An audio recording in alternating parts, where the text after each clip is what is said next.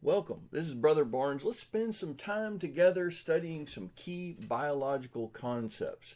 In science, there are a ton of suffixes and prefixes. Here are just a few that we're going to look at just briefly, momentarily. What prefix means without? What prefix means jointed? Which prefix means large and which one means small? This means lung or wind. I've even heard it called spirit. Origin,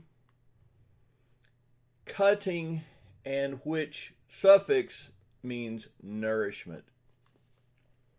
There are many other prefixes and suffixes that are important for you to understand and master. A lot of these have Greek and Latin derivations, and that explains how we get some of the terminology in science.